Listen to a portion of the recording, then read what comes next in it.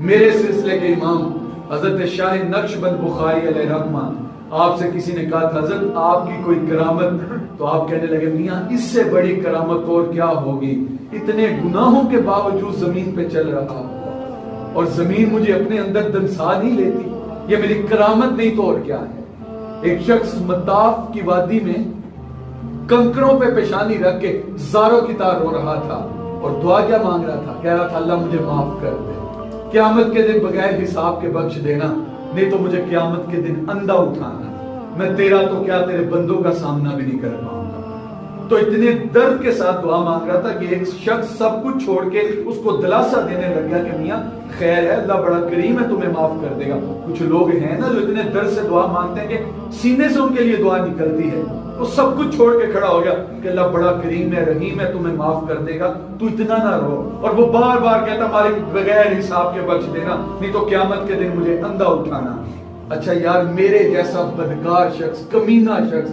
اگر کندھوں پہ گناہوں کی گٹھری اٹھا کے لے کے جائے اور پھر اس وادی کے اندر جا کے سجدے کے اندر سر رکھ کے اس طرح دعا مانگے تو بات سمجھ میں آتی ہے کہ اس کے پلے کچھ نہیں، اس کے گناہ بہت زیادہ ہیں، نمازیں بھی نکمی ہیں، سجدے بھی کھوکھلے ہیں، اور قرآن کی تلاوت بھی کوئی نہیں، صدقہ و خیرات بھی کوئی نہیں، اور مجھے تو توبہ کی ضرورت۔ لیکن جب دیکھا گیا یہ کون ہے، جب وہ اٹھ کے جانے لگا تو شخص نے نیچے سے دیکھا، چادر تھی چہرے پہ، تو ہلکی سی چادر اٹھا کے دیکھا تو پاؤں تلے سے زمین نکل گئی، ہوا شیخ عبد القادر جیلانی، وہ زاروں کی طرح رونے والا وقت کا وہ شیخ عبد القادر جیلانی تھا۔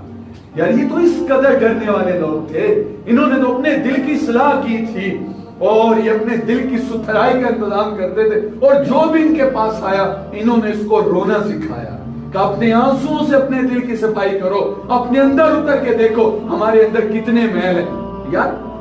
حضور فرماتے ہیں مومن کی فراست قلبی سے ڈرو، یہ اللہ کے دیے ہوئے نور سے دیکھتا ہے۔ آج ہمیں کسی کے دکھ نظر کیوں نہیں آتے؟ آج ہم کسی کی پیشانی کیوں نہیں پڑھ پاتے؟ کیا ہم مومن نہیں ہیں؟ ہم مومن تو ہیں، لیکن ہمارے پاس وہ اللہ کا دیا ہوا نور باقی نہیں رہا، وہ گدلا ہو گیا، وہ میلا ہو گیا، اور ہم شکوہ کرتے ہیں ہماری دعائیں قبول نہیں ہوتی۔ ہمیں تو سارے اسلاف یہی درس بتا کے گئے تھے کہ میاں یہ دل جو ہے یہ رب کی گزرگاہ ہے،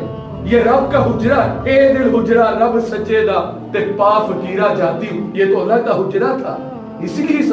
شادی سے راضی فرماتے ہیں کہ 1000 کعبے سے مومن کا ایک دل افضل ہے۔ وہ کیوں؟ کہ وہ حضرت خلیل کی گزرگاہ ہے اور یہ دل رب جلیل کی گزرگاہ ہے۔ کہیں ایسا نہ ہو کہ تم کسی کا دل دکھا بیٹھو، کسی کا دل توڑ دو۔ یار اس دل کو،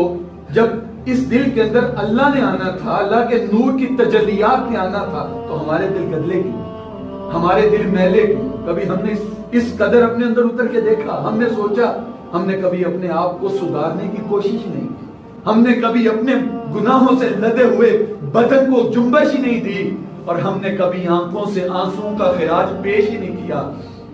جو پیدائشی نبینا ہے اس کو کیا پتا کہ مور کے پروں کے اندر قدرت کی مینا کاری کے کیا رنگ ہیں؟ جو پیدائشی نبینا ہے اس کو کیا پتا کہ تتلی کے پروں کے اندر قدرت کی سنائی کا نظارہ کیا ہے؟ جو پیدائشی نبینا ہے اس کو بہتی ندیاں اور پھوٹتے جھرنے اور کوسے قضا کی رنگینی اور دنک کی شوخی کا کیا اندازہ ہو سکتا ہے؟ اسی طرح جس کے دل کی آنکھ اندھی ہے اسے کیا پتا سجدے کا نور کیا ہے، اسے کیا پتا قیام کا حس کیا ہے اور رکوع کا لطف کیا ہے۔ میاں اس کو اجاگر کرنا پڑے گا۔ جب یہ اندر سے ستھرا ہوگا پھر تمہیں عبادت کا مزہ آئے گا۔ جو کبھی خوف خدا کے اندر رویا ہی نہیں، اسے کوئی کیسے لفظوں میں بتائے کہ تہجد کے وقت جب بندہ گرم بستر چھوڑتا ہے اور ٹھنڈے پانی سے وضو کر کے مصلی پہ آتا ہے اور اپنے گناہوں کو یاد کرتا ہے اور اس کی آنکھیں آنسوں کا خراج پیش کرتی ہیں، اور گرم گرم آنسو جب رخسار سے ہوتا ہوا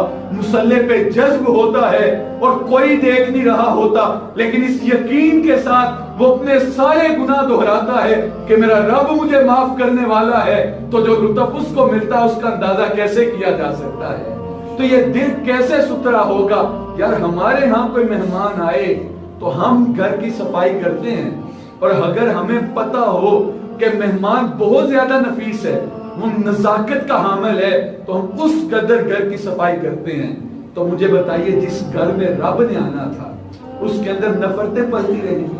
اس کے اندر حقد، حسد، کینہ، بغض، نفاق، صحبتیں، رنجشیں، گلے، شکوے، شکایت، یہ سب کچھ اندر پڑا ہے، اور یہ کوڑ کواڑ، یہ زنگ لگے ہوئے ہیں اندر، اور پھر کہتے ہیں اندر اجالا نہیں ہوتا، تو اجالا کیسے ہوگا؟ یہ وہ بزرگ تھے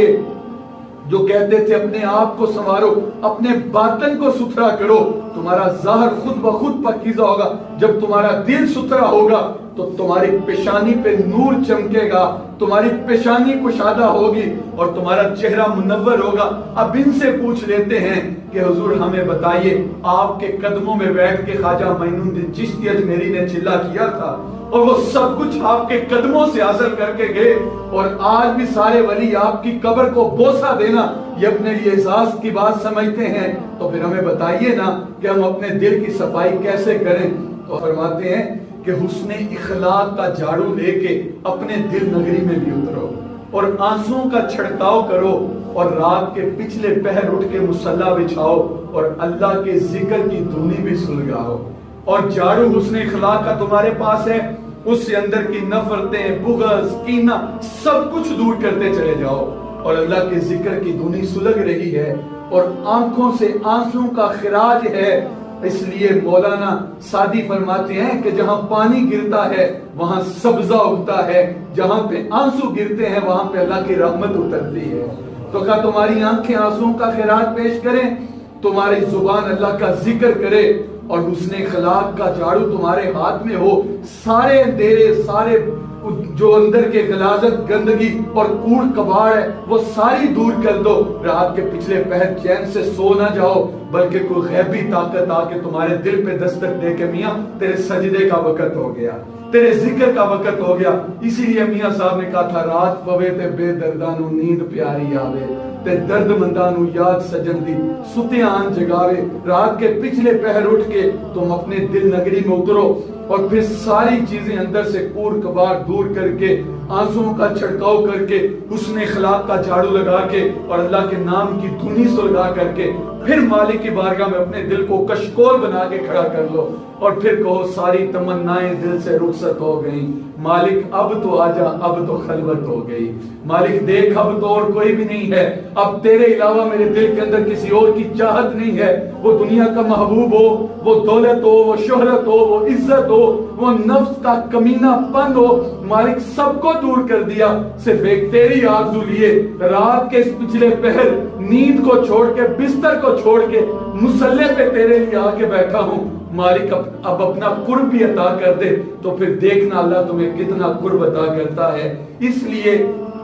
حضرت داتا صاحب فرماتے ہیں سارا تصوف، ساری طریقت اندر کی صفائی کا نام ہے، باطن کی ستھرائی کا نام ہے۔ یہ ہو نہیں سکتا کہ بندے کا اندر ستھرا ہو، اس کے ظاہر پہ میل لگی ہو، اس کا اندر پاکیزہ ہو، اس کا ظاہر گندا ہو، اور یہ بھی ممکن نہیں ہے کہ اس کا ظاہر گندا ہو، 6 ماہ تک غسل نہیں کیا، اور پھر وہ کہے کہ میرا اندر بڑا ستھرا ہے، تو میاں یہ کبھی بھی نہیں ہو سکتا۔ اس لیے ہم باطن کی صفائی کریں اور ظاہر کی صفائی کریں، پھر اس کی کرم نوازیاں دیکھنے والی ہوں گی، اور پھر وہ اپنا رحم، اپنا کرم اور اپنی کرم نوازیوں کا حصار ہمیں عطا کرے گا۔ کہنے کے لیے تو بہت کچھ تھا، زمانہ سن رہا تھا بڑے شوق سے، امیر سو گئے داستان